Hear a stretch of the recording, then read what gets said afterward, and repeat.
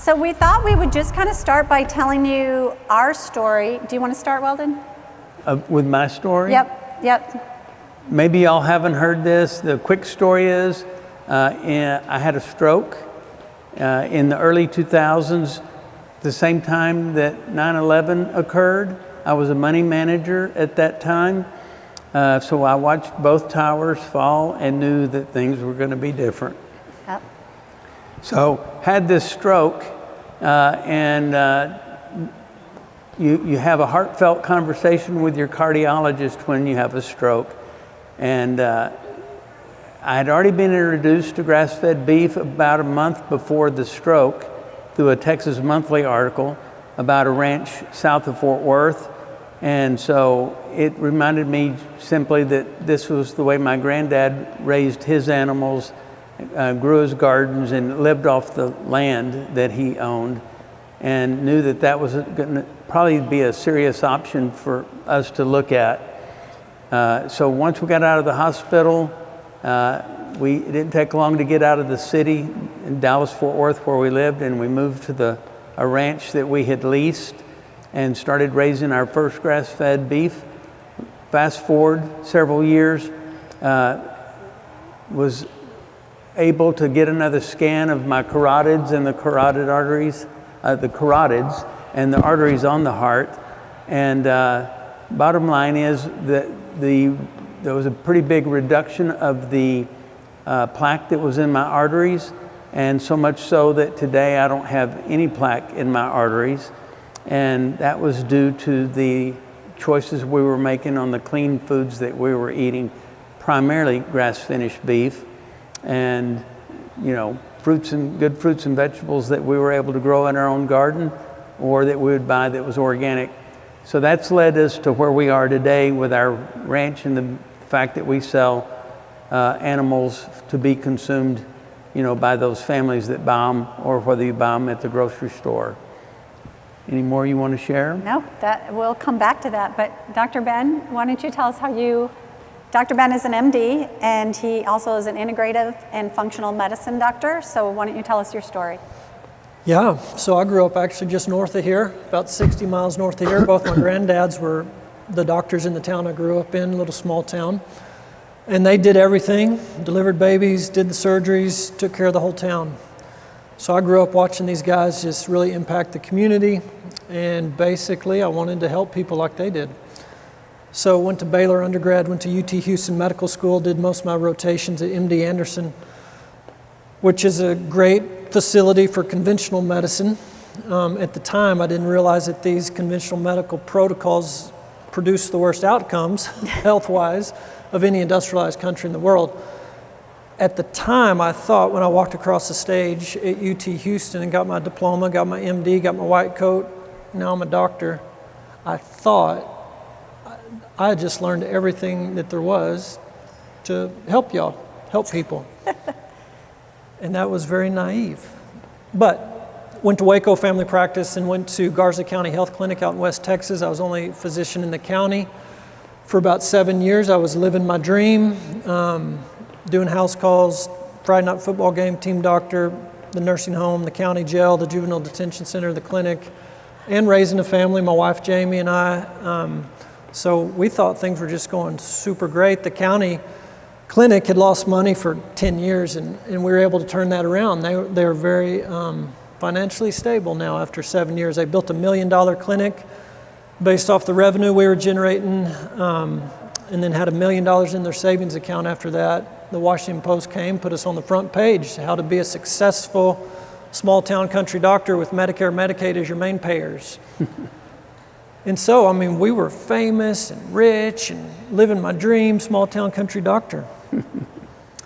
And then one fateful day, my nurse practitioner at the time that was working for me, he went for a getaway weekend with his wife to a bed and breakfast just to get away for the weekend. He told the innkeeper he needed a gluten-free pancake because he had celiac. And the innkeeper obliged and made the pancake gluten-free, but then she said, "There's a doctor here that could cure you of that." And my nurse prac thought, "You're crazy. You don't cure celiac." But the doctor's office was right there in the bed and breakfast, so more to be polite, he decided to go talk to him. Spent about 4 or 5 hours with this doctor. And the doctor was saying stuff like, there's no such thing as diseases. They're all consequences. And if you weren't born with it, you probably don't need to keep it. And kind of crazy stuff like that. But long story short, my nurse prac decided to implement some of these diet and lifestyle protocols this doctor was teaching. Did that. 3 or 4 months later, came to me and said, hey, doc, I think I'm cured of my celiac disease. Of course, I thought he was crazy too.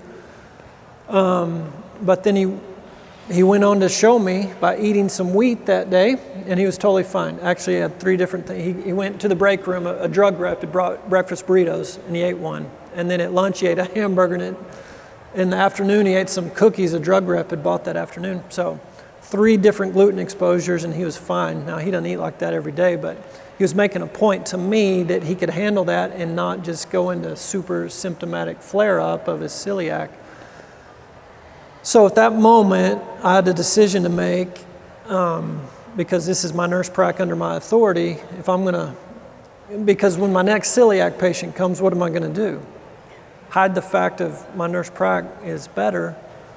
And so I decided to call that doctor and ask him who he was, what was this craziness he was doing, this quackery stuff. And anyways, Roby Mitchell was that doctor's name. Dr. Fit was his nickname. He was biohacking before biohacking was a word. That's true. And he was fit. I mean, this guy was ripped, amazing. When I met him, he was probably mid-50s and just an amazing, amazing guy. Super smart, PhD, MD, just a great guy. But anyways, Roby took me under his wing, taught me a lot. And so that was 12 years ago. After 7 years of conventional medicine, learned from Roby that you could address root causes, and nutrition was a big part of that, obviously. Didn't he take like 10 of your patients Yeah. under coaching and you followed their blood work? Well, you know, MDs, we tend to be a little arrogant, a little stubborn, stiff-necked, hard-hearted, and I spent a year on the phone with Roby going back and forth, asking him questions like because he told me there's no such thing as diabetes or any disease. So I would get my list of patients from that day, 40 patients I saw. And by the way, I didn't tell you, that's a success in the conventional world. I had 7-minute visits, 40 to 50 patients a day.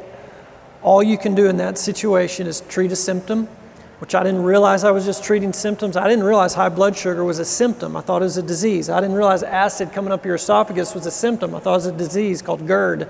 I didn't realize that all these different things were actually, including cancer, tumors, those are symptoms. But anyways, all we get treated, y'all know this, in medical school we learn to treat the symptom. Right. We artificially push blood pressure down and blood sugar down and acid. We artificially do that with the pharmaceutical. And a quick story we were talking about earlier. This was before I met Roby. I had a little old lady come in on a Friday afternoon at the Garza County Health Clinic and walked in, didn't have an appointment, Friday afternoon, chest pain. Friday afternoon chest pain, typically in an old lady, that's gonna be a heart attack. So I was a little bummed. So I'd had a long week, a long Friday, and I was trying to get to the football game, pretty self-centered. But anyways, being a highly trained medical doctor, as I am, I asked her a few questions because all doctors get trained to do is categorize that symptom to a label.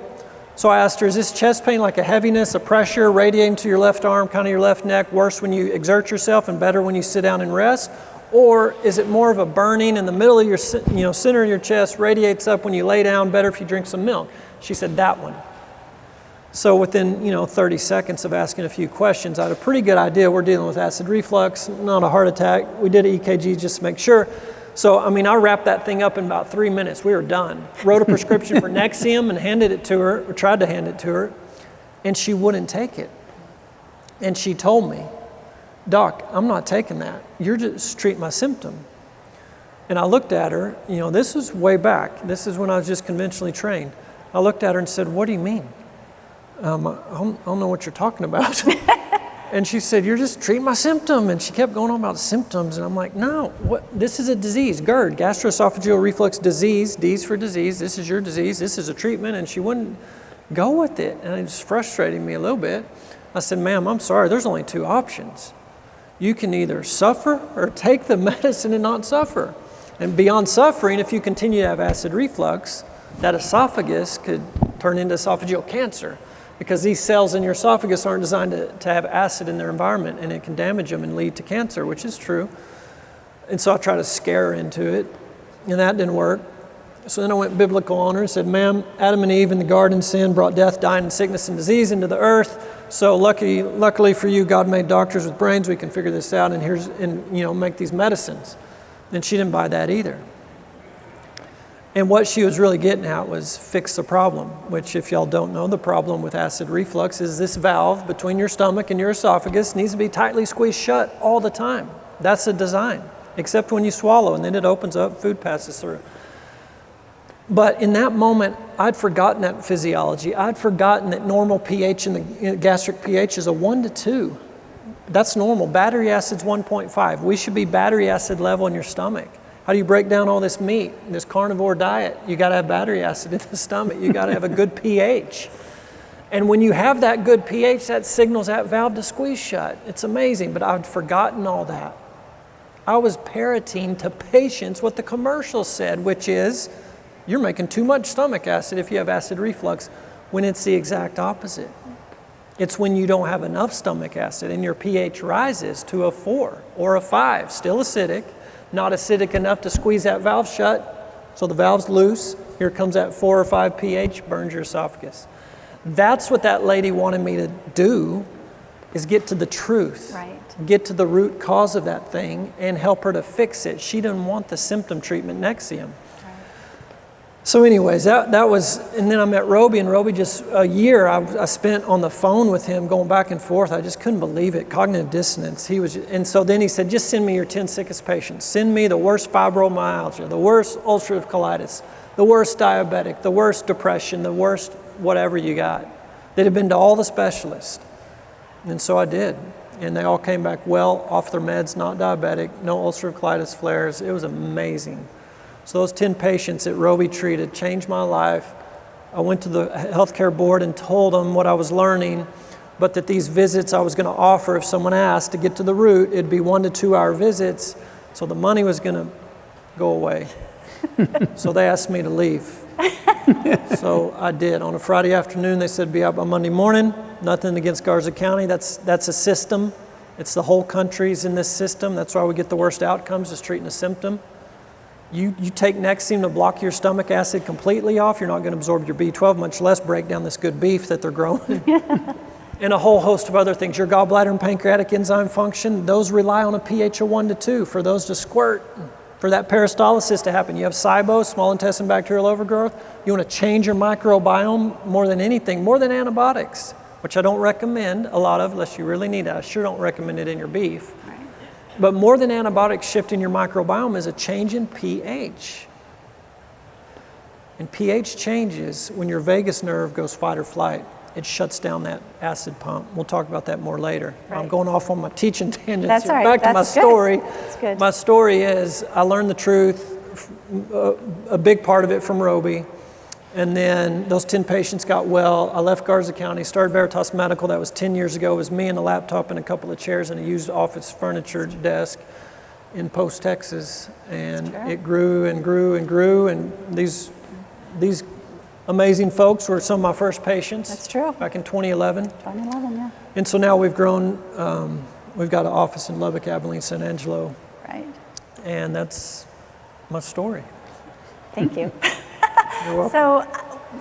So this year, when I talked to Robin Switzer, in charge of all this, she said KetoCon is rebranded as Hack Your Health. I'm like, oh, people have to hear Dr. Ben. As you can tell, he's a wealth of knowledge, and he's one of the most humble men I've ever met. I love that he's like, I didn't know that, I didn't remember that, I couldn't remember that. He's very willing to be humble and to share his knowledge with you. We wanted to break down, how do you live life? How do you live life on good, better, best? We kind of touched on it briefly with a regenerative ag panel that we were on, but there's Dr. Ben has figured out, or you hear it it's not him, it's lots of people. There's 4 basic pillars of health. We're going to touch on those very quickly, and then we're just going to see where the rest of this conversation goes. So when we're talking about the 4 pillars of health, Do you want to introduce them? Sure. Okay. So early on when Roby was starting to teach me, I started going to different integrative conferences, and real quick you can learn a lot of really cool things in integrative realm, ozone, ultraviolet blood irradiation, all kinds of herbs, different protocols in the natural, which is great. But in a lot of ways what I started to see actually pretty quick was this is kind of the green version of the pharmaceutical version of treating a symptom. Right. We can use berberine for high blood sugar, an herb, or you can use metformin for high blood sugar, but both are still treating a symptom called high blood sugar. And I mean, that's okay, it's fine to use, but ultimately we got to get to the root. So these 4 pillars is where I landed early on: nutrition, hydration, movement, and peace. Yes. And we can kind of touch on each one of those briefly if you want to. I do. So as we hit nutrition, we'll start with nutrition. We're going to talk about good, better, and best. So we talk about going through the grocery store. It is good to avoid the center part of the grocery store. You already know that. Shop on the outside. Eat real food. Eat God's food. Stop separating food.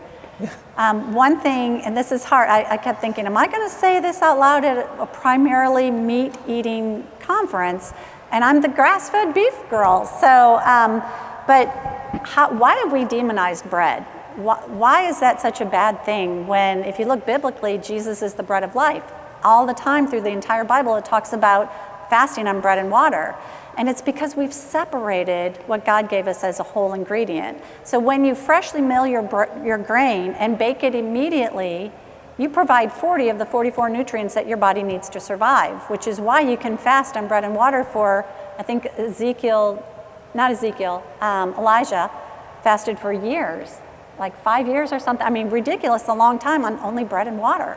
And so when you keep it as God made it, the same thing with salt. Table salt is bad. It's going to give you hypertension. But when you eat sea salt, that's the way it came in its real form, eating God's food. So I think nutritionally, eating whole foods, God's food, stop separating things, that's going to be where you find your balance. Is that a fair statement? Yeah, I agree. And I think we need to delineate a little bit between food as medicine versus maintaining health. Right. I've got patients, we've had to use carnivore diet because literally this one young lady in particular in her early 20s came to see me and she had not been able to use a bathroom for a month in a long time. She'd go once a month.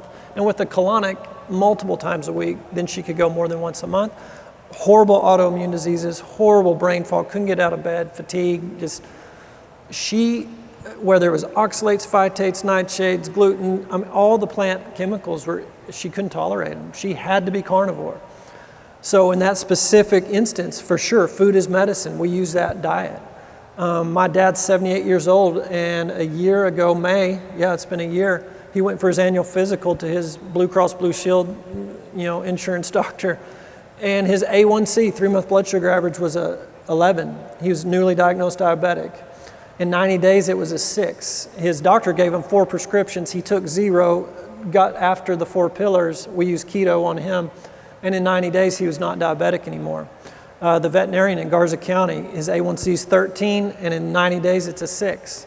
And we did keto with him. So food is medicine, targeted, intense, move that needle. But then maintain-wise, and there's a whole spectrum. And some people do better at one end of the spectrum and maybe up and down that spectrum. But back to what Ann was saying, whole food. Mm-hmm. And if that gluten or the wheat thing, the bread thing kind of freaked you out, it did me too for a while, because the separation. Right. We have got so many testimonials from people who, including some that couldn't use a bathroom for a month, when they fresh mill their grain, their wheat berries, 70 different nutrients in there. We started sifting those out back in the 1920s when all these things changes. The seed oils came in, early 1900s. We started adding iron fortification. We started sifting the bread because the germ and the bran go rancid on the shelf. 7 days. So there's no shelf life. So they sifted it, then they had shelf life. That's nothing but the starch and the protein that's left there. And that's where the gluten's really going to irritate people. Right. We have gluten sensitive, even celiac patients that are fine eating fresh milled. But they healed their gut also. And we'll get into that in a minute with Peace Pillar. But good, better, best. The perimeter, whole foods when you can. Avoid the big three, which is vegetable oils, processed sugars, processed grains. That's what my big three avoidances are. I try to incorporate what I call the big five, and that is organ meats, grass-fed, grass-finished organ meats, bone broth, ferments, fresh milled, and raw dairy. You don't have to do all those, but the amount of nutrition that's in each one of those. So we focus on just filling the body up with nutrition. So the more you can bring in what I call these 5 superfood groups, the better. That nourishes your microbiome. Their bacteria should be 94 different strains of gut microbes that digest gluten. Gluten-sensitive people tend to not have those. There are bacteria that will digest oxalates. People that don't have those tend to have more oxalate issues. So a diverse microbiome, a diverse nutrient profile. So on the good, better, best, to me, best is going to be your grass-fed, grass-finished, the 5 superfoods. And up and down that spectrum, long-term maintenance. If you're acutely ill, you may need to narrow that thing down for a little bit. Yeah. Hydration we can go through pretty quick. Obviously, we don't want to drink sugar. You don't want to drink liquid sugar. When you can doctor up your drink with herbs, so doctor up your water, minerals, water obviously, but some tea, herbal teas. I'm not anti-coffee, I'm anti too much coffee. It's got to be good, clean coffee. But in targeted situations, we will fast from that. So in certain things, you got to fast. Certain patients, certain scenarios, you got to fast from different things. Sometimes completely fast. Sometimes fast from coffee. Sometimes fast from vegetables. Sometimes fast from bread. So it's not this get focused on one, single thing for the rest of your life, in my opinion. Right. But clean water, so filtered, then remineralized, and then structured. That's kind of the good, better, best on hydration, in my opinion. The movement, the good, better, best, get up. Don't do this for 8 straight hours and then go work out in the gym at the end of the day, because that doesn't reverse the negative of this for 8 straight hours. Get up every hour. Just walk around a little bit. It's best to get at least 10 to 12,000 steps a day, and it's about an hour of walking a day, or moderate exercise is kind of the sweet spot, and then 40 to 60 minutes of resistance training in a week.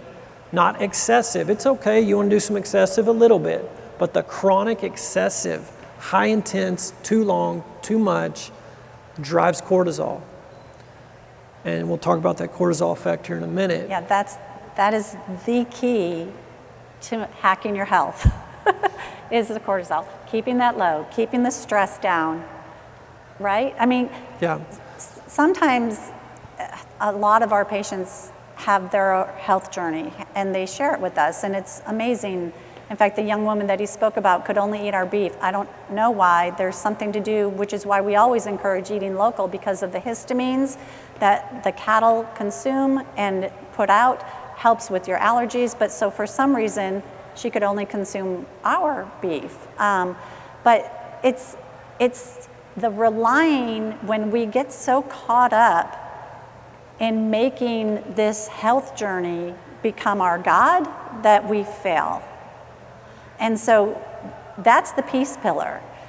All these 3 pillars are super important. Clean nutrition, clean water, get up and move.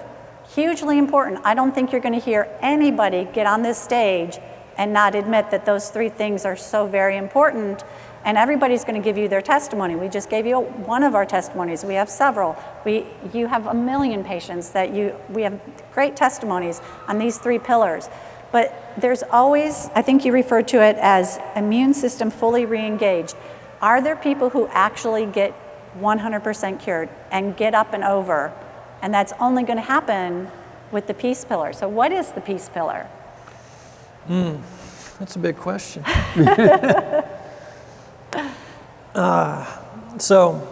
This has been a journey for sure. And I probably need to delineate between stress management and true peace.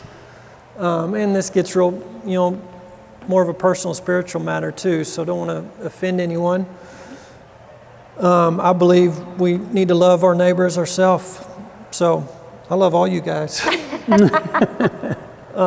So I don't want to step on toes, but I will just say I went into medicine to help people. And so when someone's not better, I'm going to keep looking and asking and seeking and knocking and searching and studying, and because I want them to be better. And so if they're not, then we're missing something, right? Right. And so ultimately that's where I landed, I hit a ceiling with folks, and we were pushing hard on diet and supplements and IV ozone and all the cool protocols I was learning, whether it was Lyme or cancer, whatever, tough cases. We'd have success for sure, but in some patients, they'd hit a ceiling, or they'd get all the way better, but then a year or two down the road, they're back. And they're telling me, wait, doc, I'm still eating clean and exercise, doing everything. And so, just exploring more and more on the peace pillar part of things. And really what sealed the deal for me was when Dr. Fit himself, my mentor, Roby Mitchell, if y'all knew him, you know what I'm talking about. His guns, his pecs. He would show it off on Facebook. Dr. Fit, he was really good on Facebook. FITT was his Facebook. He could back it up with the intellect too. Yeah, And there was nothing that passed his mouth, food or drink, that wasn't just superfood, of course organic, but he wouldn't just drink some tea.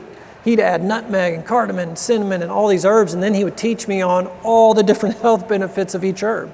He'd take me, when he came to post to Garza County, when I was just total conventional, didn't know anything about nutrition. In med school, I got 2 hours of nutrition in 4 years. But anyways, he comes to post to treat those 10 patients, to show me how he does his thing. Well, it's lunchtime. He's there all day, and it's lunchtime. We're having our lunch hour. And he's like, Ben, what do you do for lunch? In Garza County, it's a little town, post Texas. We had a Sonic, a Pizza Hut, a local burger joint, and a Subway. And so I told him that. And I said, would we go to Subway? Is that kind of the healthiest? And he's like, well, don't you have a grocery store?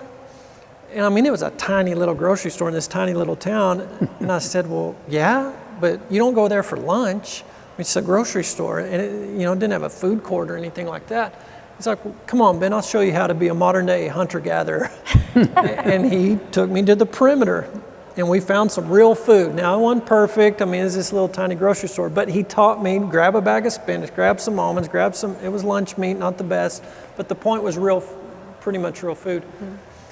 And so I started there, got a ton done, but Roby got prostate cancer.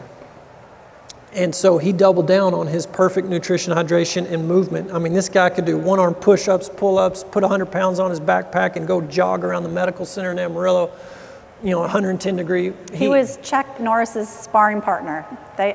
Those two sparred together. So Chuck Norris, Yeah, amazingly fit. The name Fit, Dr. Fit. Yeah. And he overcame the prostate cancer. And I saw the scans, and I saw his PSA. He showed them to me, put them on Facebook, actually. And then a couple years, it started creeping back on him. He tripled down on his protocols and diet and everything, and he overcame it again. His numbers came down, his scans, everything. And then a couple years, it came back again. And it was overtaking him. And he called me and said, hey, we got this. Between my brains and your prescription pad, because his license got pulled. They took his license a few years before, and so I was his doctor, and I kind of helped order some things for him with my license. But anyways, he just deteriorated, and the cancer continued to spread throughout his body, through his skeletal system, his bladder, and it was a very difficult journey for him. And at the very end, he had shriveled up to 100 pounds, and he couldn't get out of bed. And I'd go to Amarillo whenever I could to make house calls. And he was going to speak. Yeah, so he had set up a conference, kind of like this, but in Amarillo, a little 3-day conference, doctors flying in from around the country. So he couldn't cancel it, but he couldn't get to it. And he asked me if I would step in and speak the keynote in his place, because he couldn't do it. But he said, but I want you to speak on the emotional, spiritual root cause to disease. And he told me, and I told him, and then he agreed, and we just went back and forth. There was some unresolved emotional conflict And he tried to address it in his ways, in certain ways. And anyways, that was his final mentorship to me, was being, go teach the people about the spiritual roots of disease. Kind of coming at that more from a scientific standpoint, when circumstances happen in life, because we can't control those. I mean, look at the world, especially the last few years. There's no way we're going to control our circumstances. I'm not opposed to trying to bring order to your life. There's something to be said for that, not just having a chaotic life. But ultimately, you can't control everything. Right. What we can control is our filters that we're seeing the world through. Yes. That's the key.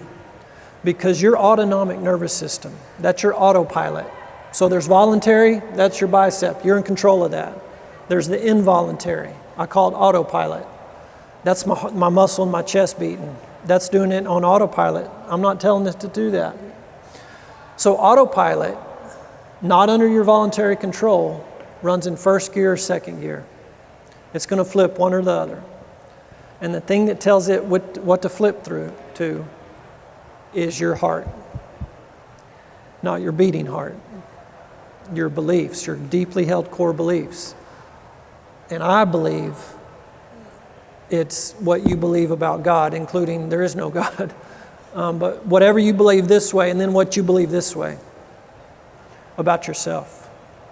If you really boil it down, I believe that's where it gets to. Now that's a whole nother 2-hour lecture.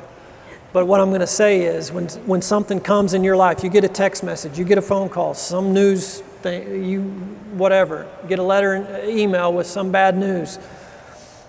If you're going to, this fight or flight, when you flip fight or flight, when your heart tells you this is a danger to your life or your provision, your protection, in any way this compromises, the human's chink in our armor is we want to be able to say that tomorrow, I'm pretty sure I'll be provided for and protected. And if I can't pretty accurately predict that that's going to happen, then I tend to get diseased, not at ease. Or if you think that it all relies on you to provide and protect yourself, that's that thing, right? You get into a lack of peace, a lack Right. of just ease, but you go fight or flight. Fight or flight triggers cortisol. Cortisol is going to shut your thyroid down. Chronic cortisol is going to shred your metabolism. Chronic cortisol is damaging your neurons. Chronic cortisol is going to shred your muscles. Chronic cortisol decreases your sex hormones. That stomach acid I mentioned earlier shuts it off. Peristalsis, gallbladder, and pancreatic, your 3 macros are digested. Stomach acid breaks your protein. Gallbladder, get your fats. Pancreas, get your carbs broken down. You just shut down all 3 macros from getting digested when you miss stomach acid, when you miss that pH because you go fight or flight. Going fight or flight is supposed to be for 5 minutes. You kill the tiger or you ran away from him, it's over. And you don't see another tiger for 2 years. Right. It's when you're chronic fight or flight mode, chronic tiger in your room every day, most days of the week, you go fight or flight, you shut down that pH, your digestion, you're putting in all this high quality nutrition and you're not breaking it down, you're not absorbing it to absorb B12 and calcium, magnesium, all these important great minerals they're talking about. You got to have pH to do it. The microbiome, 30,000 different microbes, 30,000 different species, millions times each one, so trillions altogether. And you compromise that down to maybe 5,000, maybe 500 if you're chronically shifting your pH from chronic fight or flight. You shut your immune system down. You don't need to worry about killing a germ when you're trying to kill a tiger. You can shut that thing down for 5 minutes and it'll come back up later. Chronic fight or flight, you have chronic immune system dysregulation. You don't need to worry about fertility and making babies when you're trying to kill a tiger. So you shut down progesterone, all this PCOS, all this infertility, all this heavy cycles, cramping, low progesterone, estrogen dominant. Your whole sex hormone cascade is off. So you can't eat and exercise and hydrate your way through all that is what I'm getting at. And not to, like Ann said, it's super important, obviously. It's not either or, you need it all. You need all 4 pillars. Right. But I've found that you will hit the ceiling.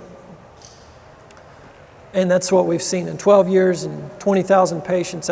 That's our experience. That's what we've seen. You can get a lot done with nutrition, hydration, movement, supplements, cool protocols, natural integrative protocols, but ultimately this heart issue, I believe, has to be addressed. So, which we can talk about more if y'all want to in the Q&A. But I've been talking this whole time. No, y'all better jump in. That's why we want you here, because you're so good at it. But so 92% of Americans, the United States Americans, are metabolically damaged. Yeah. We are compromised. And a lot of that has to do with, in our country, with all of our freedom, I was raised, I have a lot of confidence that I can do all things. I'm the one who can do this. And in our relationship, Weldon is the dreamer and I'm the doer. It's like he comes up with these great ideas and I make sure it gets done. And that's when you're driven to be that doer and you can't have peace, you're going to end up with these autoimmune diseases. And back in the day when the caveman was around, and all they had was God, fire, and water, and cavemen. That's what they had. They walked in a lot more peace. They had flight or fight, facing a saber-toothed tiger every now and again, but they walked in more peace than we do as Americans, who we have remote control this, and we have watches on that we can talk on our arm and all of that. But it's finding where you can walk by faith and not by sight in the midst of all of this and still be the dreamers and the doers and live the American lifestyle. We've got to find that balance, because some of us in this realm, the first three pillars become our God, and that's not going to work. And so you are going to get better. I think it's Sean Baker that talks about, you can just eat any beef, just go carnivore, and you're going to see a change. You are going to see a change. But like Dr. Ben said, you're going to hit that ceiling until you go cleaner and only grass-finished beef or pasture-finished proteins, or until you ultimately find the balance. And so I think what's really important about the four pillars is that peace pillar. It's really important to have the knowledge and the intellect of the three pillars, but having that peace pillar and figuring out the balance. And I'm a very much a planner. I have to plan every moment, where are we going to stop? What are we going to do? But at this stage in my life, I'm also very much we didn't do the plan. It's okay, because we had a plan, so I knew we were covered.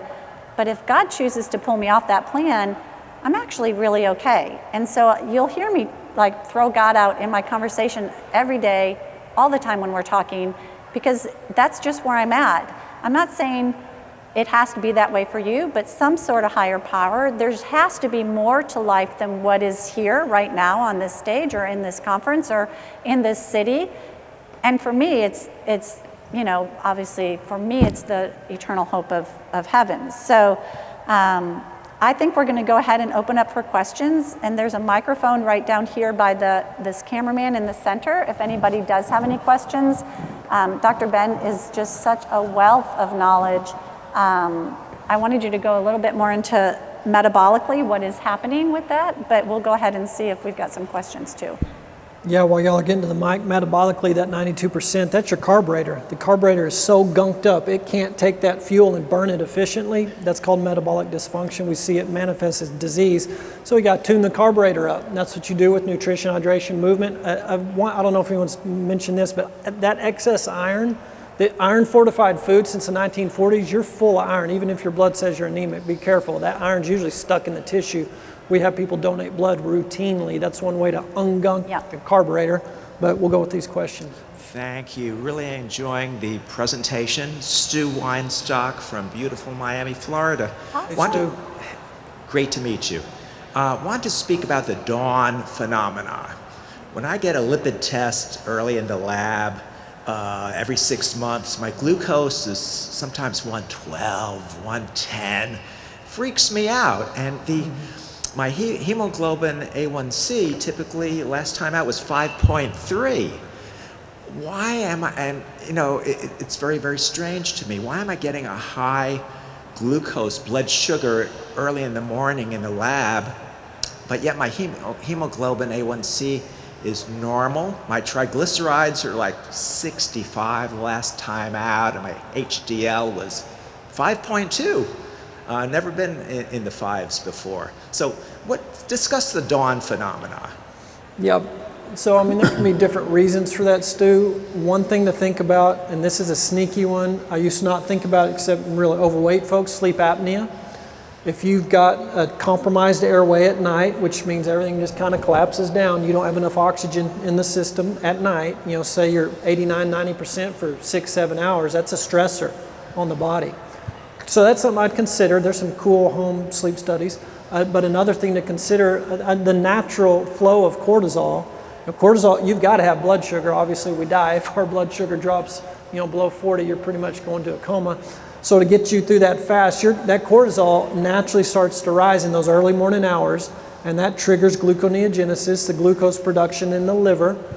So when I hear about a little bit higher morning sugar, I'm thinking, what's causing that cortisol effect to be a little amped up? And without knowing more of your personal detail and health history, it'd be hard to say, but sleep apnea is one to think about.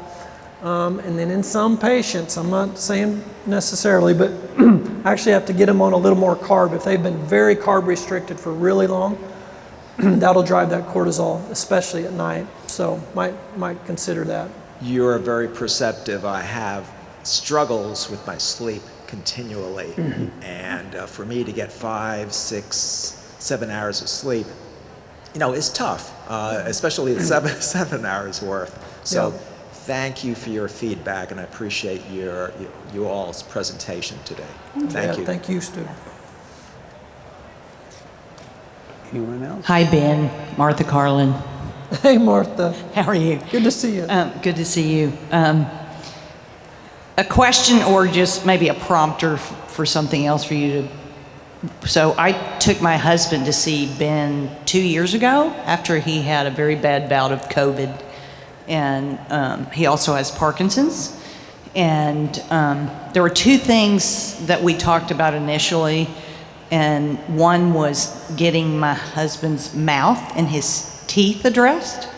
And the other was the emotional and spiritual roots of disease. Mm-hmm. And it's taken about that long for my husband to finally start peeling back, and because the emotional and spiritual roots of disease are hard to peel back. They're painful, it's difficult, but when you start to do that, you really start to see the difference immediately. Mm-hmm. So I would say, thank you for that, because we had never heard that from a doctor. And I think once you realize it, you can see it in people, that's what the root is. But the other thing is just to talk about the dental thing a bit, because I think that's a big piece of that. And in that 2 years, I've learned so much about health from dentists, and I'm a microbiome person, and it starts in the mouth. Right. So Yeah, the mouth is the second place after the gut, and sometimes it's the first place, depending on how bad that mouth looks. But we're trying to build resiliency in the body, and in the mitochondria in particular. You want to drain that, get a lot of root canals and mercury in that mouth for sure. Obviously, an unhealthy gut, and then the unresolved emotional stuff will drain that mitochondria, no doubt about it. Hi, thank you for this presentation today. I really appreciate this format. I kind of missed when you were talking about 3 things you definitely avoid. I know vegetable oil, top. I'm fairly new to this whole health issue. Mm-hmm. So seed oils, processed sugar, that'd be high fructose corn syrup mostly. Sure. And then what I call sifted grain, processed grain. Processed grain, But okay. unsifted, fresh milled, I'm actually okay with, especially with a good microbiome and good stomach acid. Excellent. So that's not everybody, Right. But we live in Mississippi. I'm just trying to figure out where am I going to access. look up Sue Becker, she's in Georgia. I know that's Sue another Becker. state over, but she's got co-ops all over the Southeast, and she's got a lot of education. Breadbeckers.com is her website. Yeah, she Awesome. has a great podcast, but you can go onto her website and actually access a talk that she gives about all the nutrition of freshly milled wheat. And then Awesome. she'll walk you kind of through all that. So she's a great resource. That's sure. fabulous. Okay, Yes. and then I also missed the 5 that we really need to be eating. I heard organ, and then I was Organ meat, bone broth, bone broth. raw dairy, Okay. fermented food. And you can Kefir? ferment, yep, Kefir. that's one. You can ferment almost anything. Okay. And then the fresh milled, Fresh meat. fresh milled grain. Milled Oh, grain, fresh freshly milled milled grain. Milled yourself at home. Right. It can sound crazy, but it's really not, guys. I'm the breakfast guy at our house. We have 6 kids. One's out of the house, so really 5. But I mean, waffles. I just get a scoop of those wheat berries, put in this grinder and we have flour in 20 seconds with bacon, eggs, raw milk, a little bit of maple syrup, organic, of course. Okay. I mean, that's a nutrient-dense, powered pack. Those kids are off for their day versus Lego My Eggo, Yeah. skim milk from Junk. the store, toxic soup. Yes. Yeah, Thank you so much. you bet. And as the next person comes up, when Dr. Ben says you can ferment anything, here in Texas, I don't know if y'all should be making your own salsa. It's so easy. You just throw everything in the blender that you love and then leave it on the counter. If you have access to whey, go ahead and put a tablespoon of whey on the counter. Now you have fermented salsa. So that's what they mean by ferment everything. Yes, we need to eat fermented sauerkraut, and other things are fermenting dairy, fabulous, wonderful. But I mean, something we consume every day, us Texans, I mean, just learn to ferment things that you haven't thought through. So go ahead. Thank you very much. I just wanted to gain a little clarity on something I heard you say. I heard you say that prolonged periods of no carbs increases cortisol. Mm-hmm. And then I am also hearing, and I'm thinking about the carnivore diet being good for you, and that obviously would be prolonged periods of no carbs. And so what is the connection with that? Okay. We have 45 seconds, so I'll go fast. I was, like, as I said, in my practice, we'll use food as medicine. So we'll use carnivore and keto for targeted certain situations to accomplish a goal, like with my dad. So that high blood sugar went away and his A1C is normal, he's not diabetic, in 90 days. But if he doesn't tune up that carburetor, so what we did, we just removed the sugar, quote, toxin, from his system. So his 3-month blood sugar average now is really good. But the issue really was this carburetor should be able to burn that sugar, especially God versions of sugar, natural, good, So we've got to do the work on this ultimately. And the more he gets that done, then the more he'll be able to incorporate other foods. Now, there are some people I think can stay way over. I mean, Weston A. Price was a dentist in the 1920s, traveled the world, found 14 different people groups from Africa to the South Pacific to Alaskan Eskimos, and some were eating almost 100% animal product almost all the time, and that's how they ate for generations and were super healthy. So some people can do that. But he found other groups that ate almost all plants, but a little bit of meat. He didn't find any total plant-based only. And they were real healthy. So it's this whole continuum, whole spectrum. And I think some people, for long term, will do better in different parts of that spectrum. So you really have to kind of learn to be intuitive, listen to the body. And in different seasons, you may do different things. I'll shift and go up and down that thing. But if people that just stick, in my experience, my patients, especially women, I'm carnivore, I'm keto, and I saw these amazing health benefits, but then 4 years down the road, they never altered that thing, and in 4 years, some, not all, but not a super minority, it was a significant number of women came back with sex hormone symptoms, low thyroid and low metabolism symptoms, poor sleep symptoms, and actually gaining some weight. It was like, how's this? I mean, they're being hardcore perfect, and honestly what it was, lack of peace. Yeah. What Ann was saying earlier, elevating these diets as our savior, basically. This is my idol, my savior, this is gonna fix me, or insert anything into that, doctor, anyone, anything else. So it's a real, I know can be a little controversial, but it's my experience. We need to be a little more individualized and learn when to add those carbs back in. Good one, fresh fruit, a little bit of honey. I think that's appropriate in some people, especially if you've been 4 or 5 years down the road and starting to feel some symptoms. If you're not, great, keep going, do good, especially if your peace pillar is good. Stick with it. So I'm not, as you can tell, I'm all up and down this spectrum. So I don't know if I'm really answering your question, but it's something to be aware of. No, I think I think especially bringing women into it, women, even once we're menopausal, we're still cycling. We're not just a flat line. You know, there's days that carnivore is amazing and we can do it easily. Other days it's a real struggle because of our natural cycle. And so there's a great book, Fast Like a Girl. That's a great book that really addresses how to fast with your cycle.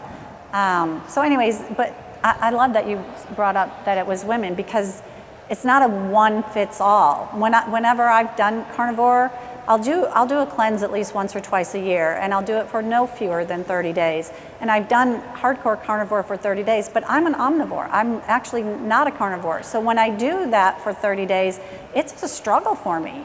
And so I usually, to get through those 30 days, I have to bring in dairy. I have to bring in fermented dairy. And that is what helps me finish off. And I'm always like, okay, well, dairy's still animal, it's still carnivore. But anyway, so for me to eat only meat, straight meat for that. But there's some amazing women speakers that are going to be on this stage that are going to tell you that they've been doing carnivore for 5, 6, 11 years, and their health is amazing and they're doing great. So I think it's again, listening to your own body and knowing and hearing and feeling, you know, what it's going to take, and then being at peace. That peace, and being at peace at what your body's telling you. Thank you. Yes, ma'am. Thank you, guys. We appreciate y'all. Thank you all.